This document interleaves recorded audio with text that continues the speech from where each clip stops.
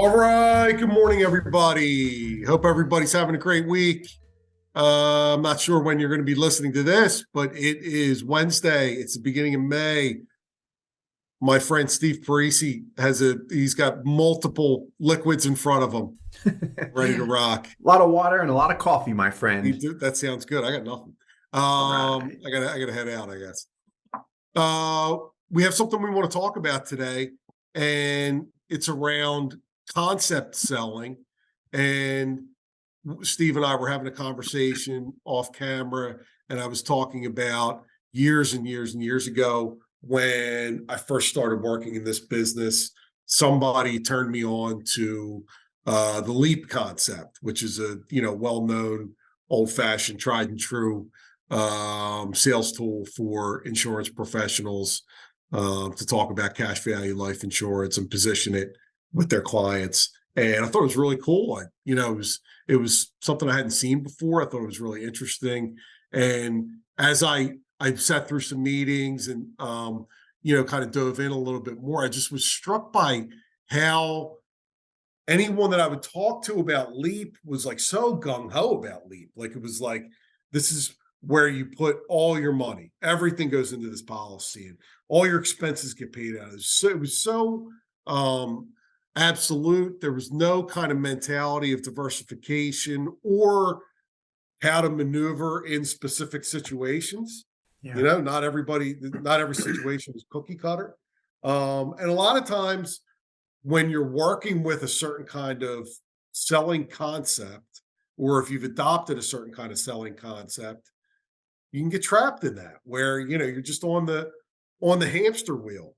And Steve, a lot of your conversations and videos and content sounds like infinite banking concepts, but you've got so many different kinds of clients and so many different kinds of cases that you're working on. And from working with you for so long, I've found that you're just trying to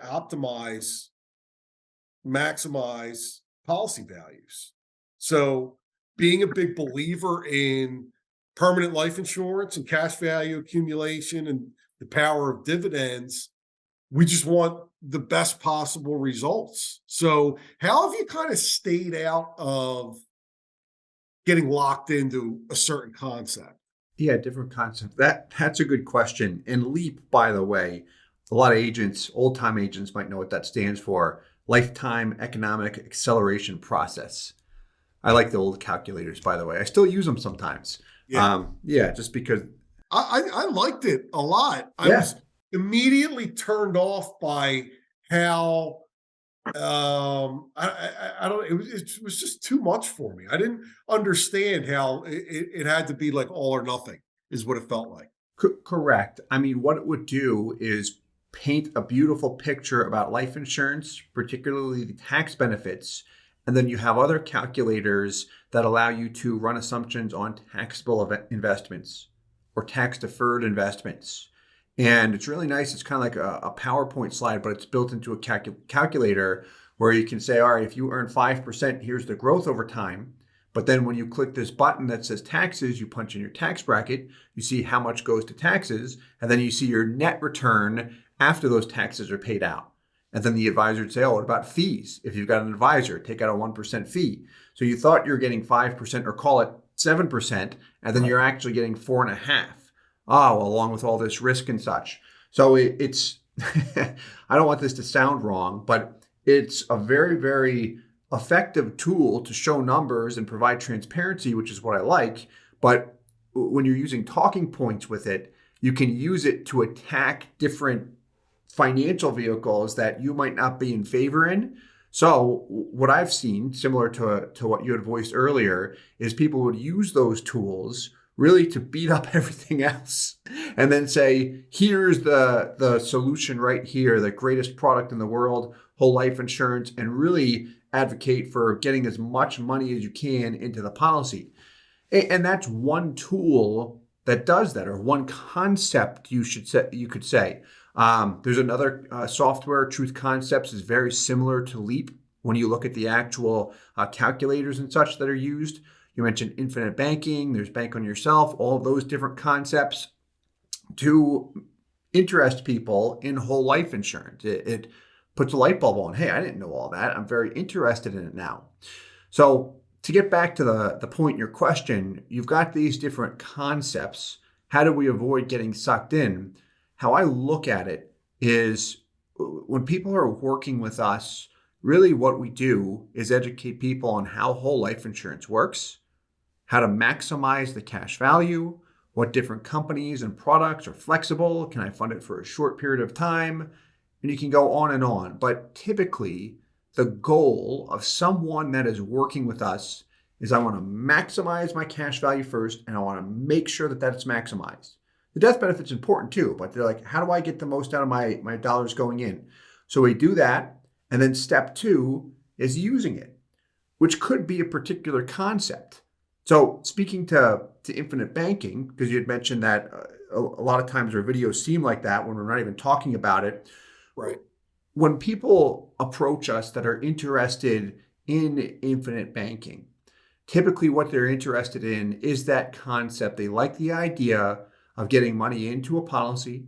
It continues to compound over time, meaning if I borrow against it, I'm still earning dividends on my entire cash value, the loan portion and remaining equity. So I get that constant compounding, and then I have control as to when I repay it and such. So there's no lost opportunity cost. And once I get that bucket of cash value large enough, I can use that policy instead of going to a bank or a lender and have to deal with all the headaches that a lot of people have experienced. Does that make sense? Yep. Yeah. So people often are interested in that. I want to be able to borrow against this policy as I build the value. But here's what I'm interested in. I want to make sure that this policy is not set up in a manner that negatively impacts me, meaning maximize the cash value first, because that's why I'm interested in the whole life insurance policy. Like that's why I'm putting money into an insurance product, because I want to use it, but I want as much money as possible first. That way I can really put it to the fullest use over time. So we'll say, all right, well, you can absolutely practice that concept. Here's how you can design it. Here's different flexibility features. Here's different companies from an awareness standpoint, and really set them up with a product, the tool that'll help them accomplish the goal to the greatest degree.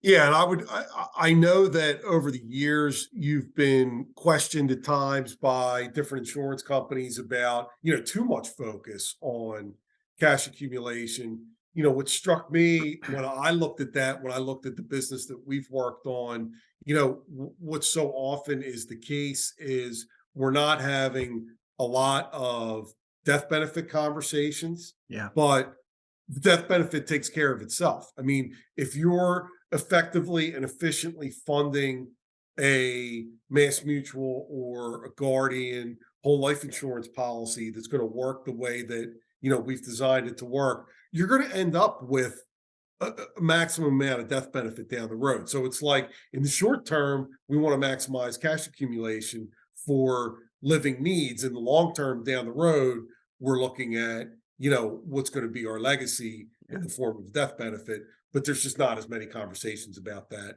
up front. But when we do have a very specific kind of targeted death benefit need, that's when we're pivoting and maybe we're looking at a cheap term policy, or we're looking Yeah. at a term rider involved in in one of these case designs. Yeah, and that'll come up. I mean, that comes up more than enough to say, it's rare. Like death benefit often is important. And even if it's a long-term play, I mean, what you'll get with a high cash value policy is the policy with the greatest cash value long-term will have the greatest death benefit long-term. Because at age 100, they become equal. Some products it's 121. But my point is, if you're going to have the highest cash value near death, right? Especially when we pass age 85, you're going to have the highest death benefit too. So you'll naturally get that. And especially if it's a legacy plan, which whole life is frequently used for, that's where it can really, really work well, because now I've been able to use it for the here and now, the cash value. That's what I was interested in. I want to have this death benefit as well. And that's often where you'll see that whole topic of generational wealth come up, where someone says, hey, I was able to put money in this product. I was really comfortable with it. I could use it anytime I want, and the money continued to compound for me. I had complete control. So I borrowed, repaid, I funded it. But then when I die, this income tax-free death benefit is paid to the next generation or my kids. What if I teach them to do the exact same thing? And the death benefit's always massive, especially the tax benefit. So typically what you'll see occur there is people say, all right, let me set up a trust where the trust is the beneficiary. Sometimes it's the owner of the policies, depending on an individual's net worth.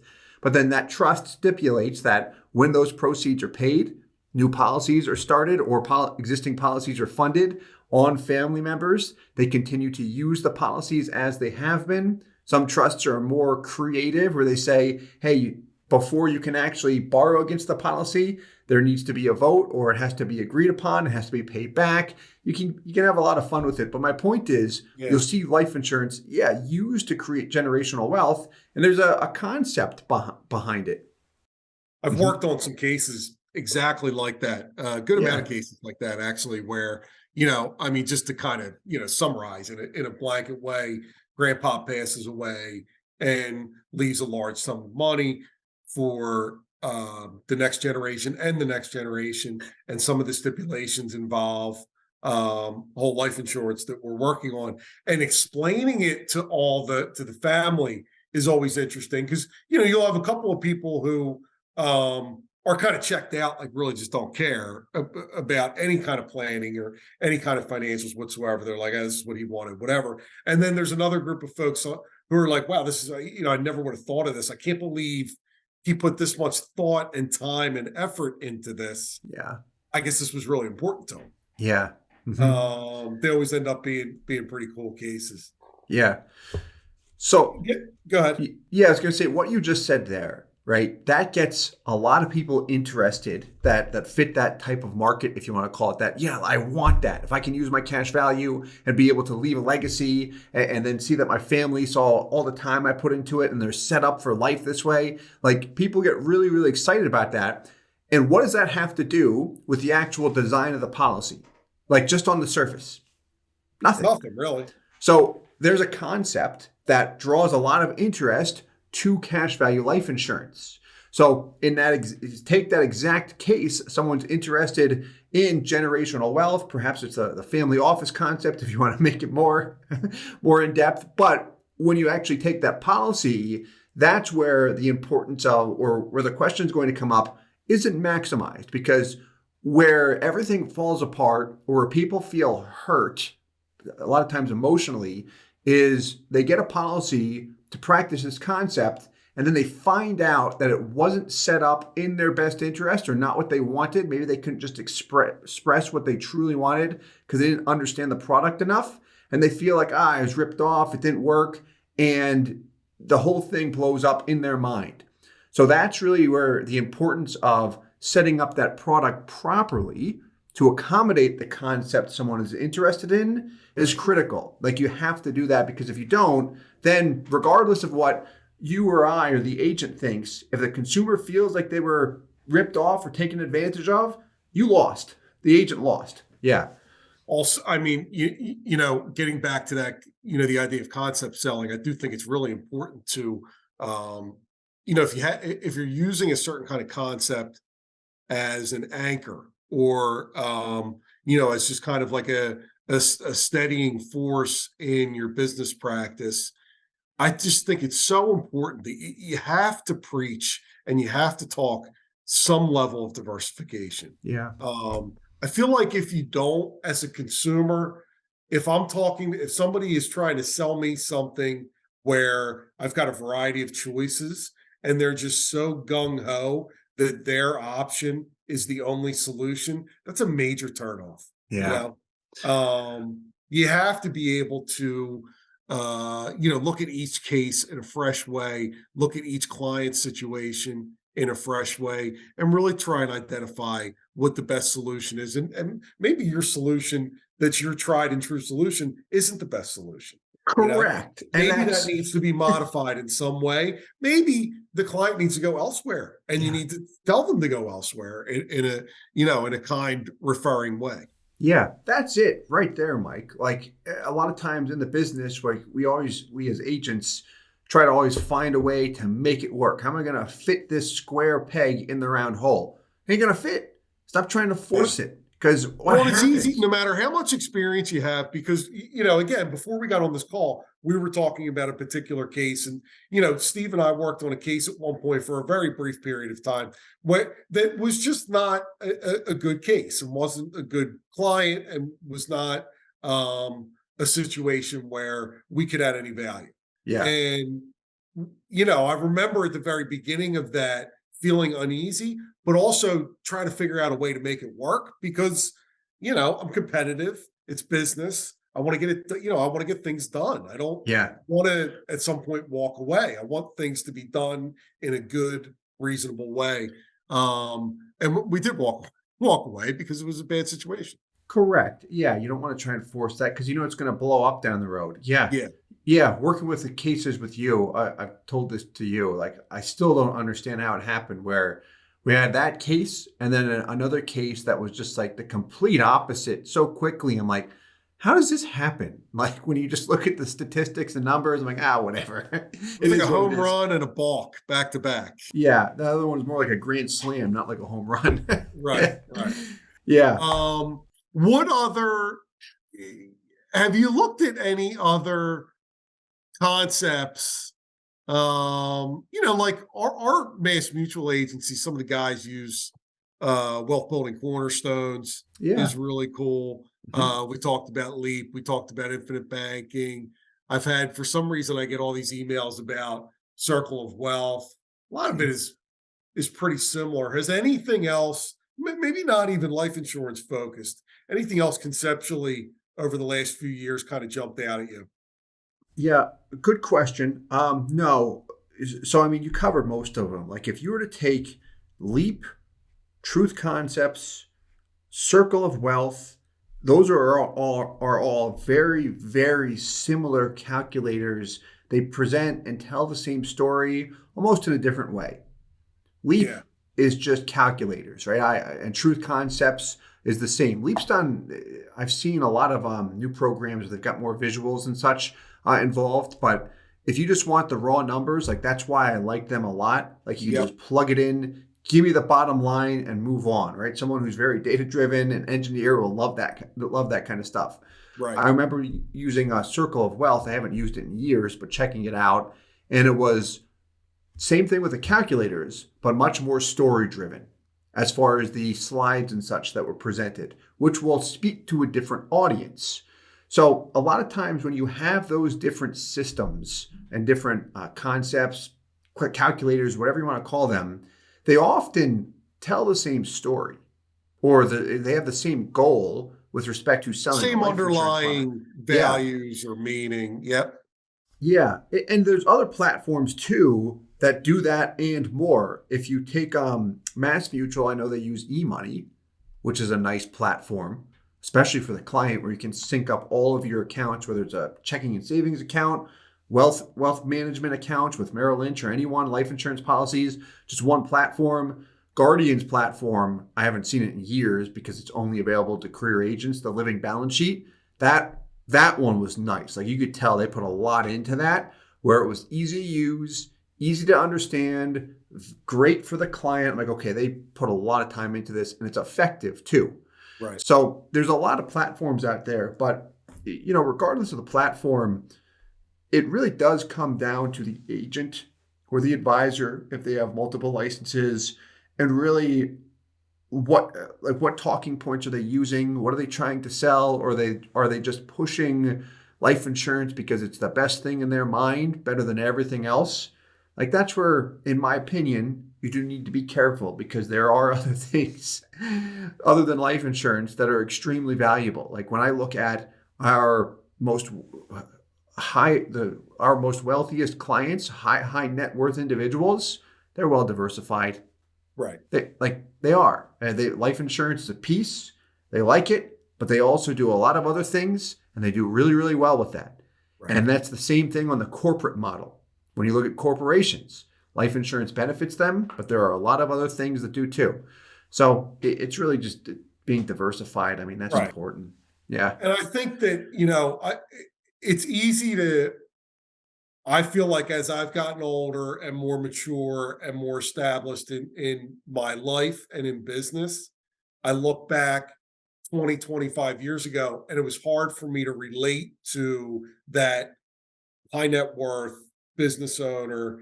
It felt like some of those strategies were, that's for them. That's not applicable to, 25-year-old Mike Courtney just starting out. But then as time went on, I started to realize that, smart decisions are smart decisions, whether you're doing it with $1 or $1 million.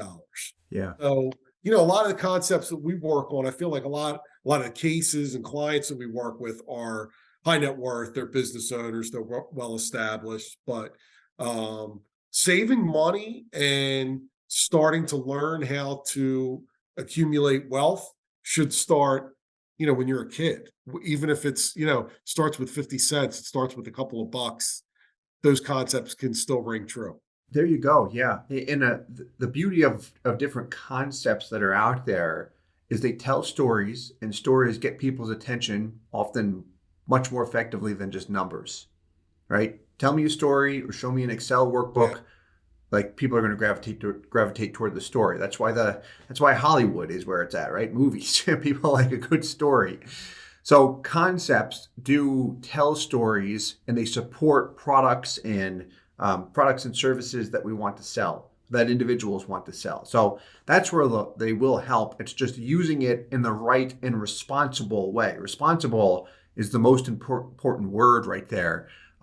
Because when an insurance company, in my opinion, doesn't like or doesn't support a particular concept, it's usually because there's too many cases of unresponsible or irresponsible selling. Like, that's often what occurs. Complaints pick up because an agent didn't fully educate someone, a client's upset, they call a company, they file a complaint with the insurance commissioner, whatever it might be. And if they were just educated up front, that would not have happened. And then the company looks at it and says, hey, it was under this concept. That's what the client mentioned. Like, you got to be responsible. Take your time. Don't rush through something and mess it up, because it's going to have an issue later. Right. Couldn't agree Yeah. more. All right, listen, guys, if you have any questions about anything we talked about today, need help with your business, need help with your clients, Steve and I are always here. Feel free to reach out anytime. My name is Mike Courtney. This is Steve Parisi, and we'll see you next week. Thanks, Steve. See you then, Mike. Thank you.